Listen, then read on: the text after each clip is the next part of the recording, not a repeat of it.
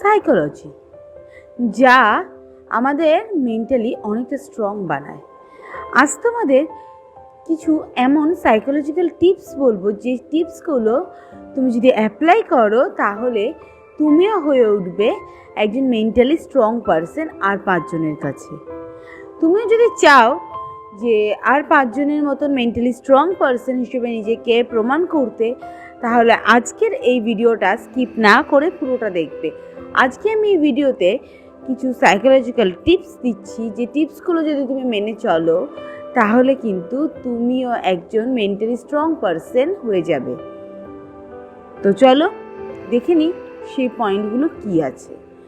1 নম্বর point, যদি তুমি কারোর কাছ থেকে কিছু জানতে চাও, তোমার কিছু কিউরিয়াসিটি হচ্ছে, তো তুমি কারোর কাছ থেকে কিছু জানতে চাইছো, সেক্ষেত্রে প্রথমে তাকে একটা প্রশ্ন করো এবং সে যখন সে প্রশ্নটার উত্তর দিয়ে দেবে তখন তার আই কন্ট্যাক্ট রাখো, তার চোখের দিকে তাকাও। তার সাথে আই কন্ট্যাক্ট হওয়ার পরে তুমি তাকে দিয়ে যা কিছু করিয়ে নিতে পারবে, যা বলবে সে তখন তাই শুনবে।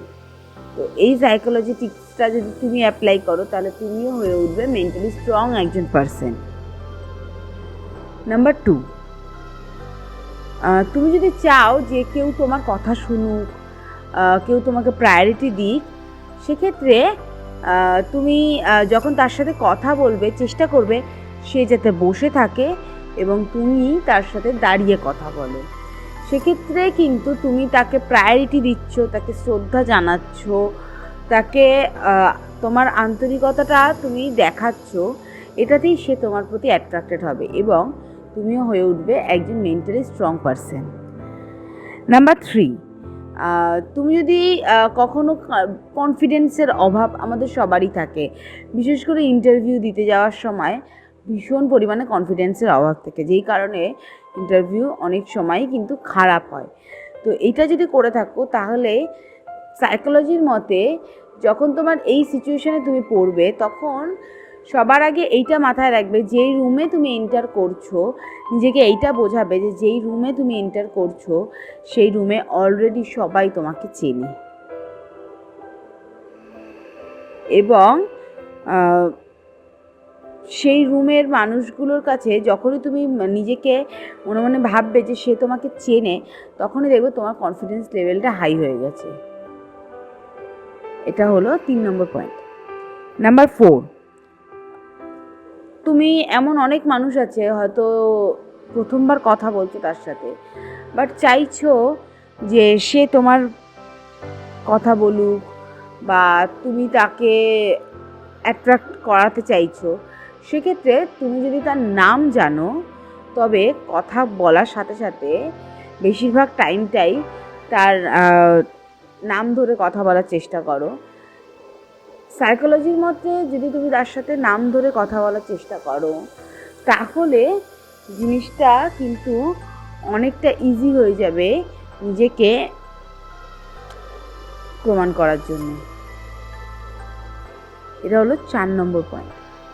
নাম্বার 5, ধরো তুমি কারোর সাথে বসে কথা বলছো, কেউ একজন নতুন পরিচিত কোনো মানুষের সাথে তুমি বসে কথা বলছো, তুমি চাইছো যে সে তোমার কথা শুনুক এবং সে তোমার প্রতি অ্যাট্রাক্টেড হোক, কিন্তু তুমি বুঝতে পারছো না আদতেও সে তোমার কথায় বা তোমার প্রতি অ্যাট্রাক্টেড হচ্ছে কিনা। যদি বুঝতে যাও তাহলে এই পয়েন্টটা কিন্তু শুধুমাত্র তোমাদের জন্য।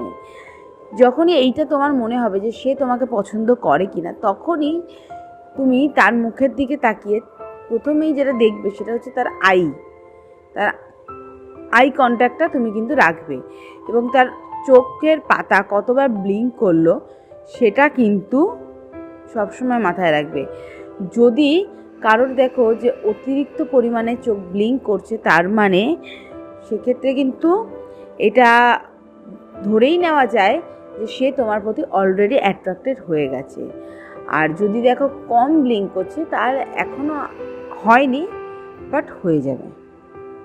নাম্বার 5, 6 নম্বর পয়েন্ট হলো এবং আমার লাস্ট পয়েন্ট হলো ফেক স্মাইল এবং রিয়েল স্মাইলের মধ্যে একটা ডিফারেন্সিয়েশন।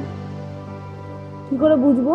যে কে তোমার সামনে দাঁড়িয়ে দাঁড়িয়ে ফেক স্মাইল দিচ্ছে বা কে তোমার সামনে দাঁড়িয়ে দাঁড়িয়ে সত্যিকারে হাসছে। তার জন্যে যেটা দেখতে হবে সেটা হলো তার চোখের পাশে রিঙ্কেলস পড়ছে কিনা। যদি রিয়েল হাসি হয় তাহলে সেক্ষেত্রে চোখের চারিপাশে রিঙ্কেলস পড়বে, আর যদি সেটা ফেক হাসি হয় তাহলে সেটা হবে না, সেই রিঙ্কেলসটা পড়বে না। তো আজকে এই 6টা সাইকোলজিক্যাল টিপস আমি তোমাদেরকে দিলাম। এই 6টা সাইকোলজিক্যাল টিপসই কিন্তু নিজের লাইফে অ্যাপ্লাই করো, দেখো নিজের লাইফটা জাস্ট আমূল পরিবর্তন চলে আসবে নিজের লাইফে। তো ভিডিওটা কেমন লাগলো আমাকে কমেন্টে জানাতে ভুলবে না। ভালো লাগে একটা লাইক করে দেবে এবং নিজের সেই বন্ধুদের কাছে শেয়ার করো যাদের সাইকোলজিক্যাল টিপসের ভীষণ দরকার।